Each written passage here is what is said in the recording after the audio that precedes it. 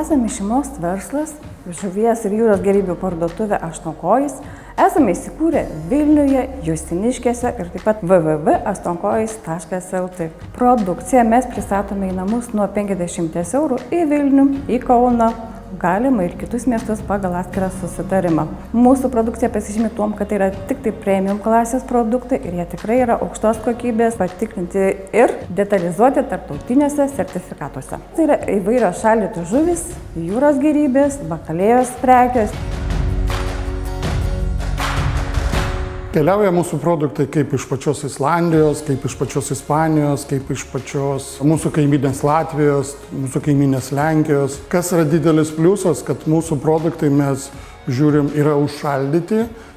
Užšaldymas dabartinių laikų yra labai tas vadinamas smūginis geras, tai pristatymas ir jo trukmė yra ilgesnė ir mes galim, kaip sakant, garantuoti žmonėm, kad ta kokybė išlieka per ne vieną mėnesį. Esame užmezgę nuostabų ryšį su ispanų Coldfin tuno gamintojais, kurių kokybė taip pat yra sertifikuota, laboratoriškai patikrinta ir yra tikrai labai geros kokybės. Taip pat turime labai gerą ryšį su lašišos produktų gamintojais iš Latvijos. Taip pat nuostabios vengriškos užtepėlės, kurios yra ir veganiškos, ir mėsinės, ir žinoma vengriški vinai.